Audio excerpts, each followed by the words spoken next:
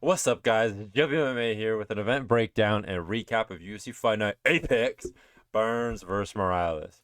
Now let's get right into it, because, dude, it's an Apex card, and I don't want to be talking about it too much if I'm being honest. But yeah, let's jump right into this. Gilbert Burns versus Michael Morales. Now, here's the thing. Does Burns have it anymore? Probably not, but that's still a very good show. Even if that's 1% of Gilbert Burns, that's a very good showcasing from Michael Morales. Gets it done. Round 1 TKO. Gilbert Burns did crumple a bit against the fence, but he has taken so much damage. I mean, his last three fights. No, here are his last 5 losses: Sean Brady, Jack Della Maddalena, Hamza Chimaev, Kamaru Usman. I skipped one. Oh, and Bilal Muhammad. Yeah. Dude, there's no way that's who I forgot. But those are his last 5 losses. Even though, let's be clear, he's not taking the most damage in the Sean Brady fight or the Bilal fight. Those are really hard camps. Full grappling camps. He's been grappling his entire career. That's a lot of wear and tear on your body, a lot of strain on your back. He's taken so much damage in that Jack Della Maddalena fight, right? In the Hamzat fight, he took good damage too. The Usman fight took good damage too, right? And even though that was a while ago, that's still a lot of damage on his career. And now, I don't want to be a little bit of a crybaby talking about, oh, he taking too much damage. Let's talk about Michael Morales. Let's talk about what he did good in this fight. Excuse me. Well, I mean, just look at the strikes, dude. 33-5 significant strikes, 2 knockdowns to 0. So the one takedown. So Michael Morales was picking his shots from range. Threw 1 or 2 leg kicks. I was hoping he used them more, but clearly he did not need to at all. That's why I'm not a fighter. Nice leg kicks from the outside, playing it pretty safe, and it was just like, fuck it, I'm sick of this, let's throw. And just, I mean, he had an 8-edge reach advantage. There was not much Burns could do to counter him. He would touch him and get right out of the way. I mean, I guess he got him back 5 times. But the 5 times Gilbert Burns got him, they were never reactive counters. They were all blitz forward, then some big hooks. He was not doing anything in the game of being able to touch Morales after Morales engaged. Every time Morales engaged, he was completely safe, and he did it almost always on his terms. He's like, this is my time to blitz. And it was a good straight. And the straight would wrap around the guard. Not wrap around. It would break straight through the guard. So if Gilbert Burns was blocking here, punch straight here. Or go straight through here. Nice hook from the side. And then when those were not working as effective and becoming too telegraphable, big word, he switched it to an uppercut, rock Burns that way. And he knocked down Burns the first time, I guess, from a straight. It was more he would hurt him, Burns would back up, it'd be against the fence. Nice big combo, Burns would drop, turtle a bit, hope for a leg. And I think after the first knockdown, Burns shot in on a nice takedown and gets him back. But as I said, dude, Michael Morales, Ecuadorian wrestling. Now, I don't know if they have a single good wrestler in Ecuador, but that's not my point. He was doing judo from 5 years old. At 10 years old, switched to wrestling. Like, duh. Like, from birth, he's been understanding how to defend this shit since he was a little jit, dude. And the second Burns gets him down, works himself to the fence, gets a knee, gets back up, gets his underhooks, breaks from the fence, drops him again, hurts him even worse this time, and he just covers up so bad. A perfect stoppage. Burns wasn't there, though. After the first, it was just too much damage. Perfect fight. And I mean, you couldn't have asked for it better for Michael Morales. Sure, round 1 KO, get the eyes on you. Big performance. Past that, dude, you're a younger prospect, not too much experience in the game, right? And I know I said he's been wrestling and shit from a child, but pretty fresh in the face of MMA. And to be doing that, and now, sure, you show some big weapons, how you're hurting Gilbert Burns, but there's not too much game plan on how to beat you. You've shown your strength. Where are your weaknesses? They're not shown too much, are they? Right? Not too much peeking behind the curtains we get on his game. So we get to see him safely climb up. Probably beat up another old head, hopefully. I mean, we got Usman versus Burns next week. A result from that, or maybe an Ian Gary. There's so many moving parts in welterweight right now. I mean, perfect for Michael Morales to be just coming up now. Moving on. Oh, I know my man Janitor MMA is salty as hell on this one. Ooh, Mairon Santos. I'm salty as hell too. I was hyping up Sodiq Yusuff. Oh, he's only lost to the greats. Oh, he's done so good. But he is stuck in the mud. And looking at the stats, a lot closer than I thought.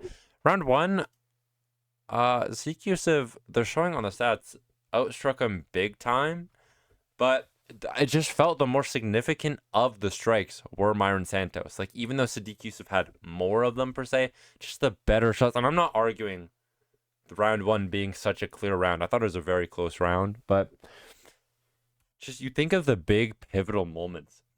Mairon Santos also, by the way, looked fat in the locker room, but I see what Bisping was saying when they're talking about Anderson Silva-esque. He was doing some things that were just like very eye-catching. Like, there's a point, there was a point where he had a good combo, ended it with a kick, and when you thought the combo was done and he was pulling back his kick, it was really, you pulled it back into a second, like into a knee stomp or something. Like, he was doing a couple of elusive things, but more on the offense was it looking like Anderson Silva. Some on the defense, but not as much. But, I mean, he just landed the cleaner shots. There's not much to say. It wasn't like, by the way, this fight was decently boring for most part of it. Round 1, very tit for tat. Sodiq Yusuff landed some leg kicks. Mairon Santos landed some better ones. Some teeps to the body here or there. Not too much in the boxing department from Sodiq Yusuff. I think by round 3, they showed he had only landed 5 total strikes to the head. Mairon Santos was landing a lot more consistent to the head. And I don't know if this was the big pivotal thing that did it, but Sodiq Yusuff shot in a takedown at the end of the first round that didn't look too good. And Santos just landed one big elbow to the side of Sodiq Yusuff's head. Matt Brown elbows. Am I calling that right? But yeah, nice elbow to the side of Sodiq Yusuff's head. No, Travis Brown. One of the Browns. Oh, that sounds bad. But yeah, Sodiq Yusuff not doing enough output to steal this round. Left it up to the judges and bit him in the ass for it. Round 2, the strikes are pretty even. But now you look at the significant strikes. 16-10. A lot of Sodiq's strikes were like weak little pitter-pat knees in the clinch or little jabby shits here or there, but didn't matter if Sodiq Yusuff even outstruck him by a couple this round. The biggest moment, again, Mairon Santos. Sodiq Yusuff commits to a combo that doesn't land. Santos pulls it back, lands a nice head kick while Sodiq Yusuff's trying to end. Not with the shin or anything, with the foot, but it cut Sodiq bad. Santos chased him against the fence. There was a big flying knee. I think he lands a nice shot to the nose because it starts bleeding pretty bad. But visible damage shows Yusuff pretty bad, even though the round continues with not much more happening. It was just the bigger moment again. We go into round 3. Not much happening, but this time it's a lot more Mairon Santos favored. Just more leg kicks, more teeps the body, a lot more jabs and shit. Sodiq Yusuff lands a really well-timed double leg. I thought he timed a double leg really well in the first, but clearly wasn't good enough. But yeah, Santos just teaming the body, and Sodiq clinches with him for the last. Let's say there's a minute and a half left in the fight. He clinches him for a minute, and Santos is just slapping him to the body. Just I mean, maybe to make it seem like there's impact on this shit, louder for the judges. I mean, these guys are dumb as a pile of rocks. If you probably yelled out, "Oh, either," I think that's the round cut. Like they're absolute morons. So maybe it was just a thing to catch the eyes of them, or to also just say, "What the fuck are we doing in this clinch? Is boring, and I'll fuck around now." Then they break, and he just throws more teeps and leg kicks. And it's a win for Mairon Santos. Good for him. It was pretty boring. I do have to say, though, it was a pretty big step up from going from Francis the Fireman Marshall, who is sorry to shit on you, but you're kind of a random buddy, and to see Sodiq Yusuff, on the other hand, who has cut his teeth in this game, has done a lot for the featherweight division. And I know he's mostly just beating tomato cans, but still, decent win for Mairon Santos. Don't give him too big of a step up. Didn't show it too hard here. Put him on another Apex card. Does have a pretty boring style. Wait for him to get a big finish like he did in the contenders on the Ultimate Fighter. But moving on. I'm just trying to get to that first fight. Oh! Hard to say. It's off this main card, but big ups, Paul Craig. He would have got me my biggest underdog pick of the century, honestly. But Paul Craig, Rodolfo Bellato pulls out of his fight. Doesn't do anything, actually. But yeah, pulled out. And I heard in absolute fear is why he pulled out. He was horrified to fight Paul Craig. Paul Craig was going to stomp on his head. They're like, hey, you're going to fight in 2 weeks anyways. They're trying everything to pull this fight together so Paul Craig can get another masterclass. But anyways, moving on to Dustin Stoltzfus versus Nursulton Ruziboev. And now, the only real big thing of significance happened in round 1. I'm not saying there were other big moments in rounds 2 and 3, but round 1 tells most of the story of this fight. So, round 1, nothing much for the first 30 seconds, minute. Then Dustin Stoltzfus seemingly drops him, gets a super close guillotine, but what the replay shown was clearly a headbutt that dropped Ruziboev. Ruziboev gets put in a horrible position. That guillotine looks so in. Ruziboev fainting out the ref, by the way. He goes... you see the ref was about to stop that shit. It was so risky to fucking do that. He almost just trolled himself so bad. And it would have been his fault. I mean, dude, you're damn close to trolling, but almost taps, doesn't, fights it through.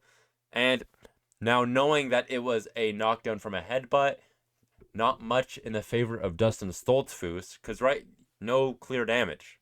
Just a headbutt, so there's no knockdown there. He just had control and a close guillotine. Now, close submission means a lot, but not after how Ruziboev came back in the round. And then big straights, big spinning head kicks, big takedown at the end of the round, some decent ground and pound.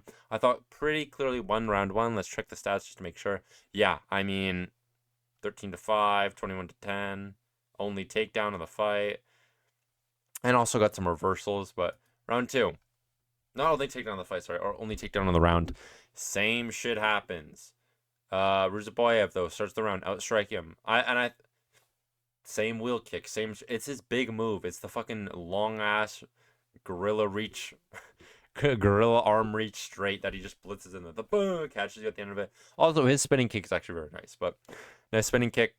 Dustin Stoltzfus goes for a takedown, controls him. Ruziboev reverses him, spends the rest of the round on top. Makes the round clear. I think Stoltzfus went for another pulled guillotine.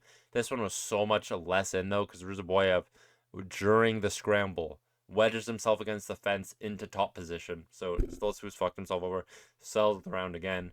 And I almost picked Stoltzfus. Thank God I didn't. But Ruziboev, again. See, now, some judges had this 30-27, and that's a bit crazy. But it felt a lot of the same. Ruziboev was outstriking, but then the takedown happened a lot later in this round. Controls him and just sits on top of it. And I think Ruziboev was grabbing the gloves at some point in this round. Also, cup shot at Stoltzfus a bit at the end of this round. He is getting done dirty a bit, but looking a lot more Chadley, this Stoltzfus. A lot less yoga, zesty. He's actually throwing down. Feel bad for him. Did get done dirty a bit in round 3. Especially on stats looking back, did clearly win it. It was a pretty close round, but the control, the damage was Stoltzfus favored. But good win from Ruziboev, kind of showing his skill cap here. Thought it should have been a finish against the caliber of Dustin Stoltzfus. So don't give him a too big of a step up. Maybe a Michel Pereira coming off another pretty sad loss, right? So, yeah, give Ruziboev a fight like that, a fight for who gets to the rankings next. I want to talk about my boy Melquizael Costa, though. I fuck up his name every time, so good thing his name is Milky. His nickname is Milky. Yeah. Holy shit. Let's go by this fight round by round, because this fight was fun as fuck. Yes,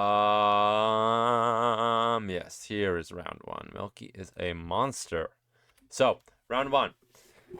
Proving me right. And here's the thing. Round 1. Rocks Julian Erosa with the big head kick.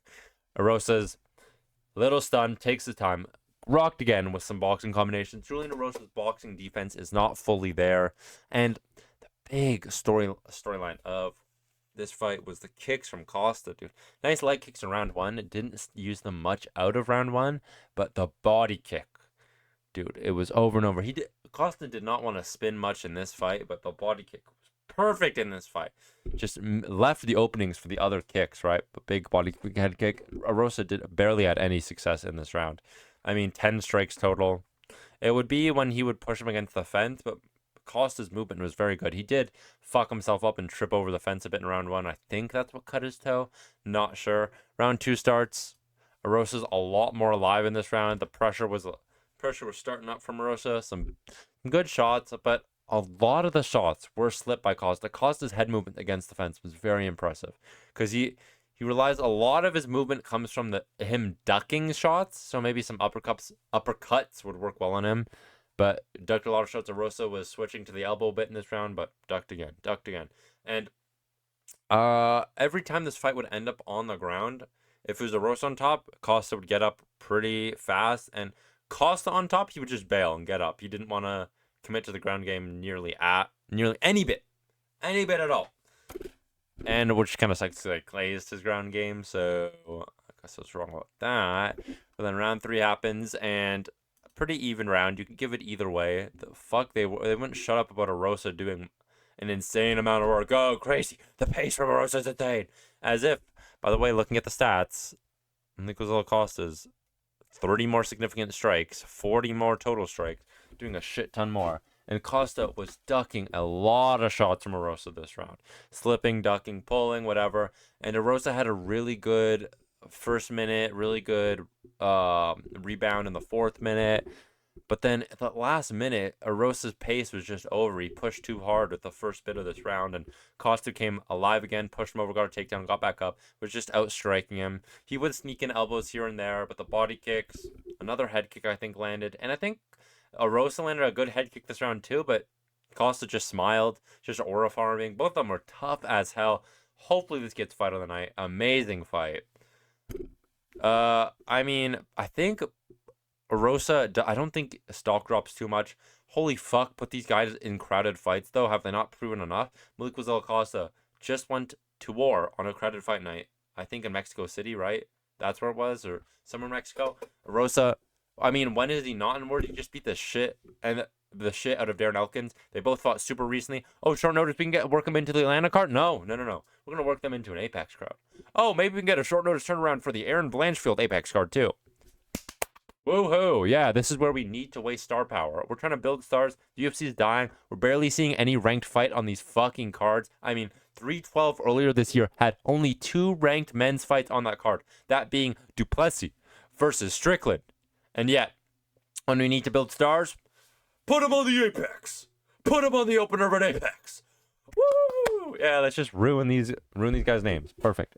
And I know, we can build them as stars later. Why? Why not just build them as fast as possible, right? Costa's already had losses in the UFC. Who gives a fuck? Let him make a name. But these bum, and I know we had so many bum women's fighters on this card. We needed something to save it, but this is not where we waste it, right? Like, god damn. If we're gonna waste a war versus a finish, waste a finish in the Apex. Those are a lot easier to replay. Reliving a war with a crowd is a little different. Like, come on. But amazing win from Melquizael Costa. Deserves a rank. Low rank, but still a rank. Moving on. Dude, I am so salty that Janitor MMA picked opposite from me on this. Because I was gassing up Camilo too. And he did just get done in. I'm going to go quick on these prelims because even though there were some good finishes, they were still complete nobodies. Holy shit. Camilo, striking looked good, man, from the distance. Mix some good headshots here. Then he started working in the body. It was getting a little hard for Gabe Green to predict.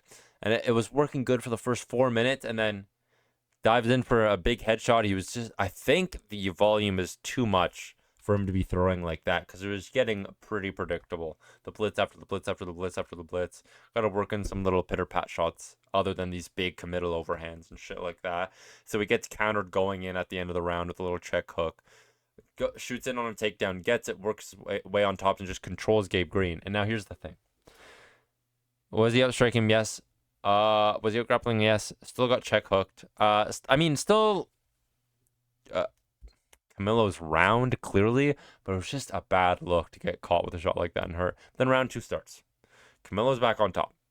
Camilo's back on top. He does get back on top, but the round starts with Gabe Green outstriking him, picking up the pace, because I think Gabe Green knew that's how he was going to maraud his way back into this fight. He's just built like a marauder with that beard now, right?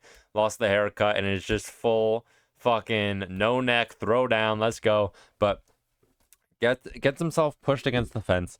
Camilo gets on top, and his ground game is so slick. he just rushed it, dude. Camilo was the pick. I swear to God, he just sold.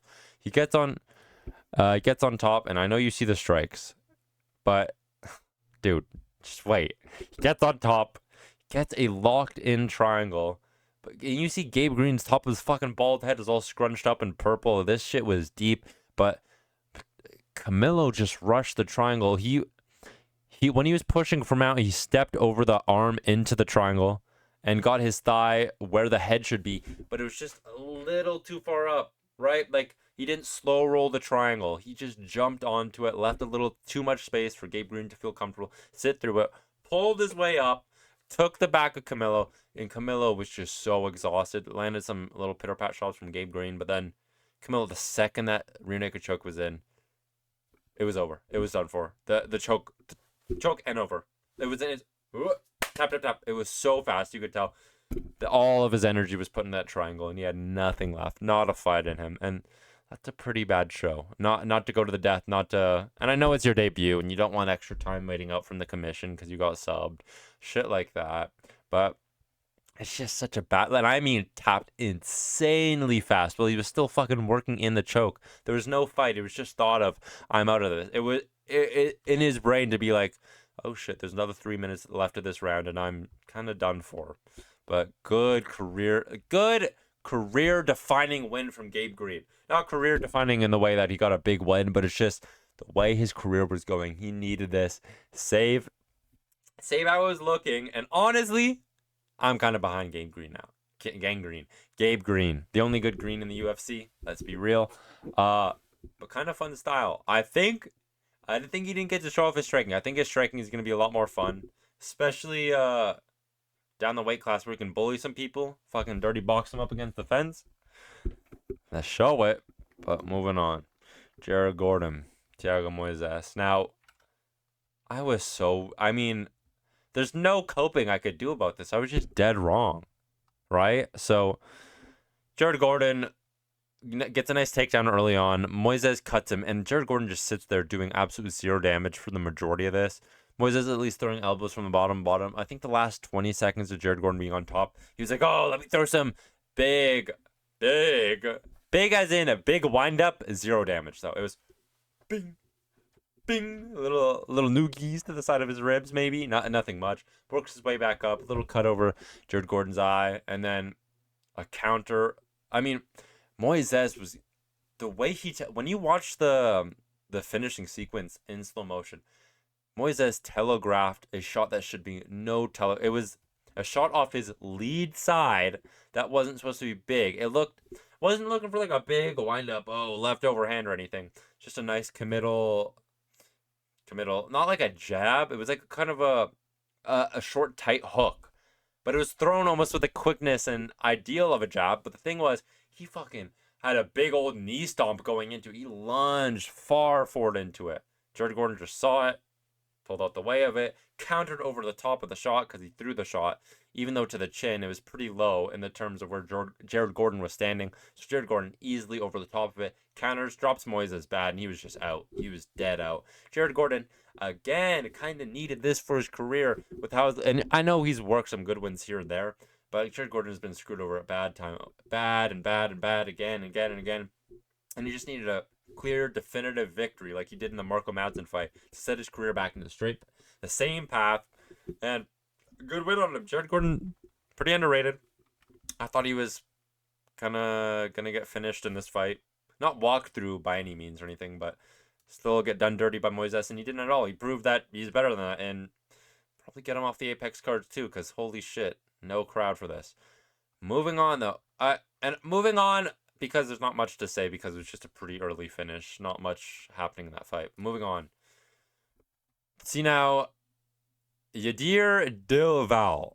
I'm fucking up his name again. I honestly wasn't really listening to commentary during this fight. Here's the thing.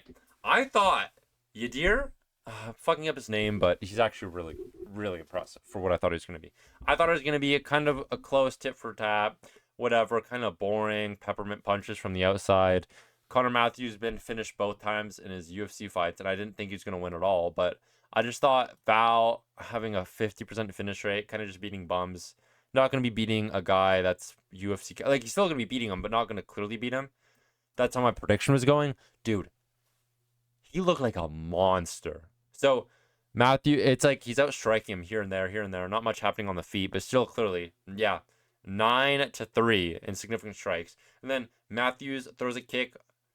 Yadier catches it, throws him to the ground, and the second this hits the ground, it is over. Yadier looks so lean and muscular, by the way. The muscle definition is fucking insane. But yeah, just works him to the ground. And it's like that freaking Yoel Romero Cuban steroid little class. You're a good athlete. You're from Cuba. Start juicing up, bitch. And I know it's not like that. I'm going over the top with him. But god damn.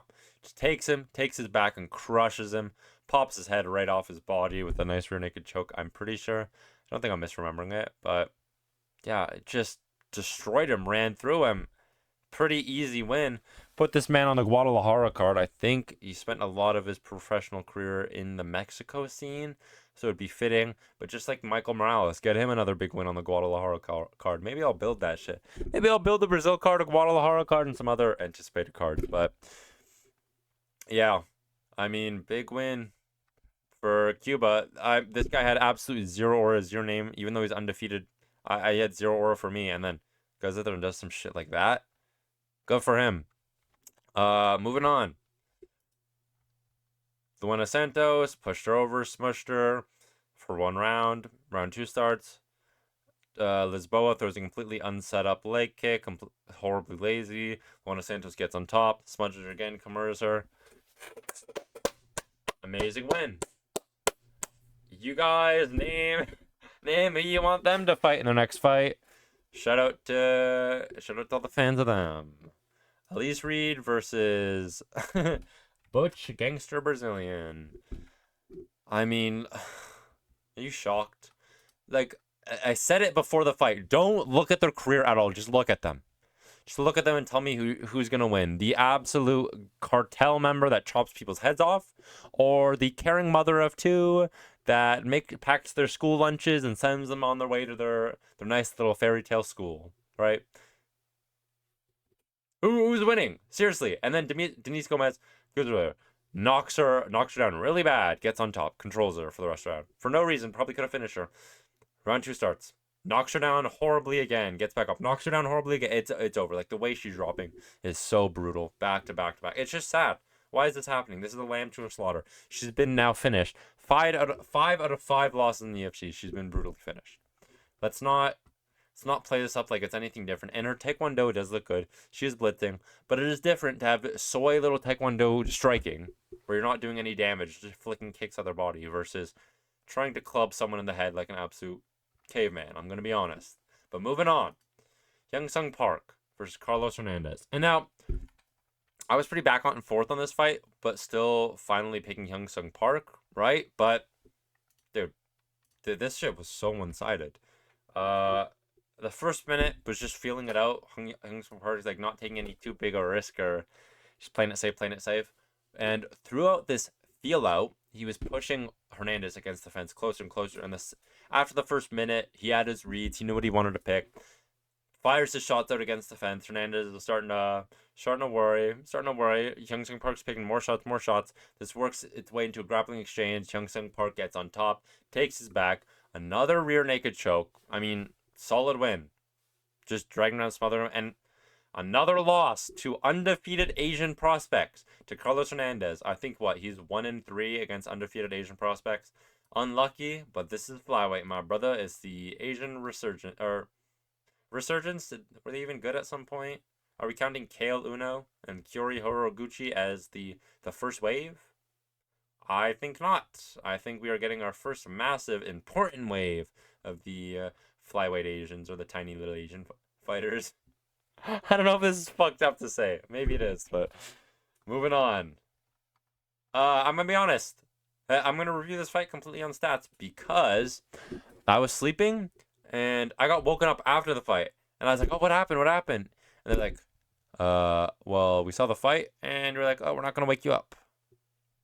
And I was like, thank you, in hindsight, because, geez, I dodged a bullet. If I had to watch all 3 of the women's fights, might not have made it. Let's just say that. Even though 2 are finishes, I don't give a fuck.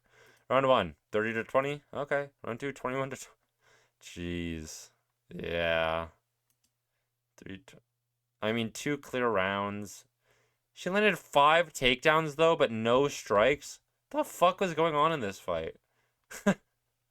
Anyways, I'll recap how I did on predictions. 1-0, 2-0, 3-0, 3-1, 4-1, 4-2, 4-3, 5-3, 6-3, 6-4, 7-4. 7-4 is not bad. Still, I haven't gone negative. Fuck it, let me search this shit up. How long have I not gone negative for? Good. 1, 2, 3, 4, 5, 6, 7. I've not gone negative for 7 weeks. No, I still think I went positive on this one. But that's the last time I did shit. For 7 weeks in a row, I've actually had like a 65 plus. Some of these cards I'm getting like 80% pick rate. Now recently I've been shit in the bed. 8-4, 7-4. But better than Jenner MMA. Fuck you, but no, not fuck you. You're cool as hell, but actually pretty solid finishes for what we've got. Next week it's off, and I mean, what's worse?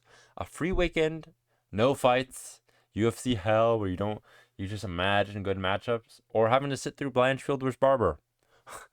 I'll leave that as a nice closing question for you guys to answer, but that's been my breakdowns and recap of the card.